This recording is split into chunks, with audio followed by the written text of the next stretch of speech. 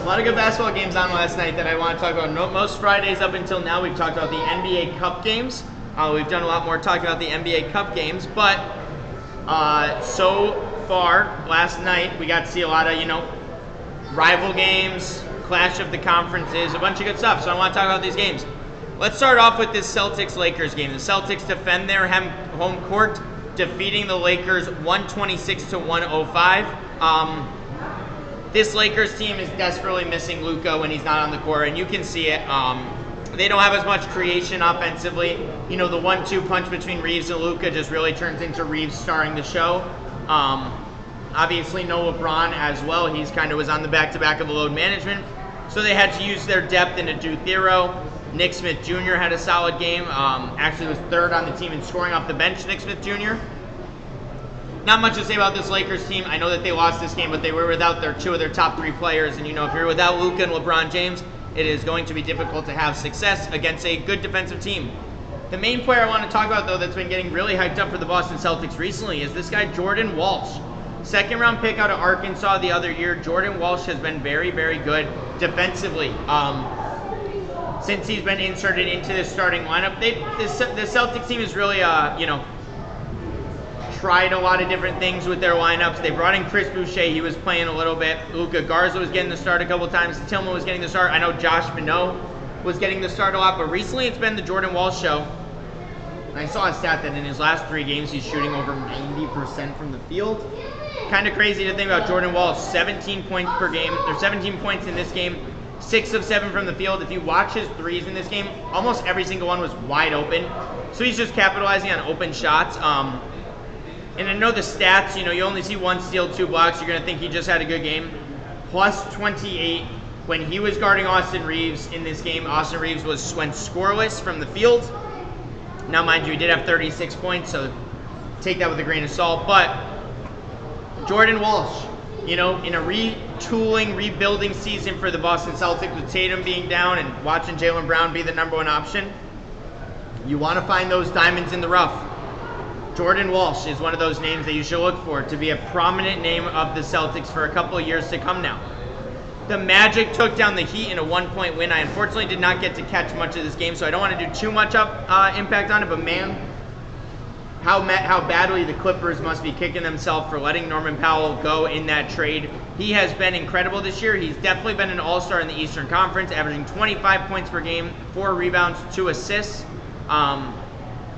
Not much to say about the Miami Heat. Obviously, no Tyler Hero in this game, but Norman Powell, been incredible. As for the Orlando Magic, though, Paolo Banchero returns yesterday on a minutes restriction, only plays 20 total minutes in the game. And they didn't really need him. They need his defensive body presence more than anything else, where Franz Wagner and Jalen Suggs carried the offensive load, scoring 54 points in this game. Looks like a very defensive battle. That doesn't surprise me between these two teams. I think if the Heat were fully healthy, I would take the Heat in this series in a game between these two teams. But Anthony Black been very, very solid. We've known his defensive presence to be good, but he's finally starting to find his footing. Look at that, 12 free throw attempts on the game. He's getting to the line. He's being aggressive offensively. And when Jalen Suggs comes off, you need a guy to be aggressive in that point guard primary ball handler role. Anthony Black has been that this year.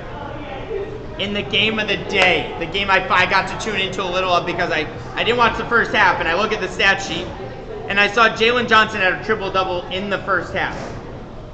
How about Jalen Johnson finishing with 21 points, 18 rebounds, 16 assists? If this isn't proof that you don't just need a point guard to have playmaking on your team, you can have your playmaking revolve around forwards and good passing guys that can draw attention. Nickeil Alexander-Walker has been playing an off-ball kind of vibe, right? Because they're not really running a true point guard. Nickeil Alexander-Walker, 30 points. Dyson Daniels, 15 points, 8 assists. The Hawks played a great game.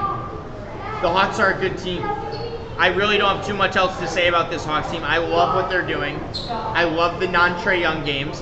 Kristaps Porzingis off the bench unfortunately just got scored on at the end of the game. Unfortunately, Jokic just scored on him at the end of the game to win. Can't stop Jokic. I don't care who you are in basketball. You can't stop Jokic. Mind you, he only had 40 points last night, 9 and 8. That's like a bad game. White Rabbits, Hip Parade is a separate company from, it's technically yes, but it's a repackaging company. It's like a refurbished company, it's here, repackaging. So I think it is technically a separate company, but we run all their media, we run all their marketing. I sell a lot of their products, so, you know, technically yes, but yeah. But a great game overall for the Denver Nuggets. 23 points out of Jamal Murray. Jamal Murray has never been an all-star, probably never will be an all-star, but man, has he been such a good number 2 option next to Jokic. He's averaging 24, 7, and 4 this year. But my biggest takeaway from this is, guys, a year ago, 2 years ago, the Nuggets would not have won a game like this because their bench would not have been able to score 30 points. But look at Tim Hardaway off the bench, 17 points, 4 threes. Bruce Brown, 13 points, 100% from the field. 3 guys, they're 3 main bench players, Bruce Brown, Tim Hardaway, and Jonas Valanciunas. They got to get all these guys because they replaced Michael Porter Jr. with Cam Johnson. And look at the dividends it's doing to this Nuggets team. They're 16-6 this season, 10-2 on the road. They're scoring a lot of points. Their defense has not been bad. Their bench is the best it's been in years. A game like this, they normally would lose. The other team's having a great offensive night. They're struggling offensively. You know, Cam Johnson under 50%, Peyton Watson under 50%. But the bench showed up for the Nuggets and took to help them take down this win with Jokic hitting that game winner. I believe it was a game-winning like little tap at the end. The Cleveland Cavaliers take down the San Antonio Spurs. Now, mind you, no Victor Wembanyama for the Spurs. So the Spurs have been a little rougher since losing Wemby. Obviously, as expected, when you don't have a top 5 player shooting up for you and you're replacing it with Bismack Biyombo. But once again, I've been saying it all year. We've been waiting for the Evan Mobley offensive jump to happen. 17 points, 10 rebounds, and 5 assists is not the offensive jump you're looking for. Jalen Tyson, 24 points implemented into the starting lineup.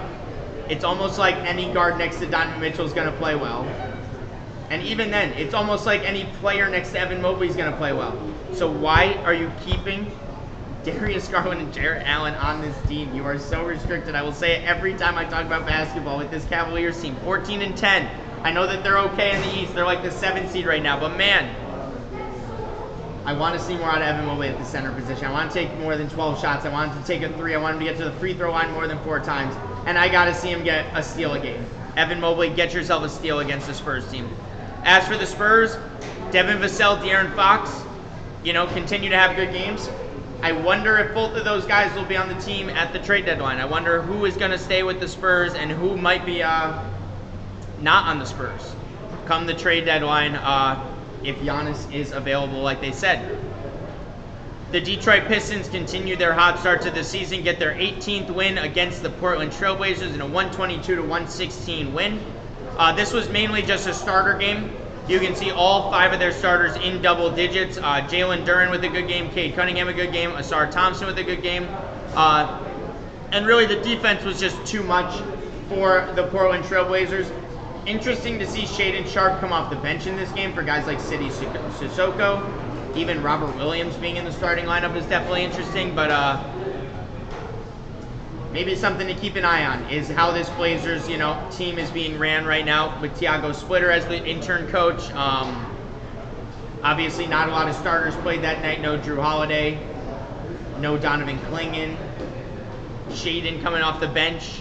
Shaedon, hit your 3s, and I bet you'll start, but 1 for 7 from 3 is not giving them any reason to put you in the starting lineup. Yeah, good win for the Pistons once again. The Knicks dominate the Jazz at home. I feel like we all could have expected this. You can see they had a 28-point lead in the first quarter, and they had a 17-point win in the third quarter.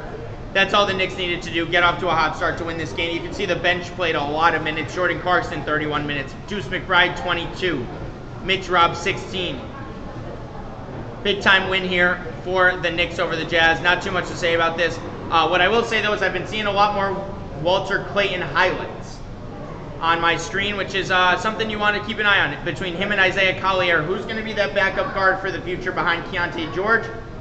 I'm seeing them trying to utilize both in different roles. Collier seems to be the more playmaking guy, where Clayton seems to be the scorer. I wonder who's going to earn more minutes as the season goes on for Utah. The Hornets beat the Toronto Raptors in a surprising win for the Hornets. They finally have their fully healthy starting lineup in LaMelo, Kahn, Miller, Bridges, and Kalkbrenner. And as you can see, all 5 of their starters in double digits. Now, a big thing, Tijan Salon, who was looking like one of the biggest busts of the draft as a 6th overall pick, really, really big shooting night off the bench, had a very big impact. Liam McNeely off the bench actually played really well as well. But a bad shooting night overall for the Toronto Raptors. You can see why they lost. No RJ Barrett. Walter doesn't make a shot. Brandon Ingram misses 95% of his shots. Jamal Shed off the bench is missing. Grady off the bench is missing. 31% from 3 if you're the Toronto Raptors, and 37% from the field is not going to win you a game. Raptors have been really good this year, but I will continue saying they're still not a championship contender until they make a move for a superstar alongside Scotty Barnes and those guys. The next game is the Rockets-Suns. The Rockets take down the Suns in a convincing 19-point win. I saw Amen Thompson highlights after this game. He's looking a lot more comfortable as a shot creator with the ball. He gets into that post, that mid-range, breaks down his defender until he gets a driving angle he likes, and tends to take advantage of it most of the time. There's not many people when Amen's going to the basket that can really stop Amen from getting to his spot. 12 of 17 from the field, 6 of 6 from the free throw line. Only 3 turnovers, kind of solid for a guy like Amen who's handling the ball. Kevin Durant taking a lot of the scoring as well alongside with no Alperen Sengun. But yeah, good defensive win here for the Rockets. We know the Rockets hang their hat on the defensive side of the ball. And if the Suns are not going to have Devin Booker, just lock up. You can see in that third quarter, they held the Suns to 14 points, and that right there was the difference in the win. I also did not talk about the Bulls-Pacers game. The Pacers go into Chicago to give the Bulls their 13th loss of the season. The Bulls started off so hot and now fall back. This has not been the second year that we want from Modest. Good game last night, though, 19-12. This is what we want to see out of Modest, but man, this Bulls team is starting to fall apart a little bit more in front of our eyes. They're missing that number 1 guy. They don't really have a number 2 guy that they really, really, really believe in right now, other than Kobe White. Not loving what I'm seeing out of Chicago recently this year. On both sides of the ball, I'm not loving their offense being surrounded by, Josh Giddey having to be the playmaking god. And if they don't, then they lose. Vucevic is starting to fall off a little bit. Mid-season Vucevic, we know that he tends to have his up and downs during a season. And the Pacers just took advantage of it offensively. The backcourt in Benedict Mathurin and Nembhard combined it for 43 points, while Pascal Siakam dropped 36 points and 10 rebounds. Big game for Siakam. If Julian Phillips is going to be the starting power forward, I hope that Pascal Siakam can take advantage of that matchup. Continuing on to talk about the Grizzlies-Clippers game. The Clippers continue to struggle, even with the Grizzlies missing John Morant, missing a couple bench pieces. Have a good day, guys. Appreciate you. Even with the Grizzlies missing a couple of their offensive guys, Cam Spencer, after his brother comes out and has a couple of great games for the Warriors, Cam Spencer says, "It's me too." Ryan Lee, how you doing, my friend? Welcome into stream. Cam Spencer, 7 of 11 from the field, 17 points, 7 assists, 5 rebounds. Great Cam Spencer game. Looking to take a lot of that point guard responsibilities with John Morant out. He really looks like the only point guard at all in the entire lineup. And as for the Clippers, man, the Clippers continue to struggle offensively. Kawhi, 24 points on 23 shots is not like Kawhi. Zubac really struggling to get any touches, 4 of 6 from the field. That's really disappointing for a Clippers team. 6 and 17. I'm interested to see if the Clippers take James Harden and Kawhi and maybe use them as trade assets later in the season. Last 2 games, Sixers take down the Bucks in a 15-point win. Shout out to the backcourt guys in Philly. All of them. Quentin Grimes off the bench played well. Maxey VJ played solid. Defensive-minded game. No Giannis. No good basketball for the Milwaukee Bucks. Not much more to say about that. Thunder beat the Mavericks. Are we surprised? Anthony Davis has 2 points. We've been talking about this Thunder team as the best defensive team of all time. That is why. 1 of 9 from the field. 2 points for Anthony Davis. Let everyone else beat you, and the Thunder win the game. End of conversation. The Thunder are the best team that we've seen in years. And that, my friends, is going to wrap up my basketball talk for today.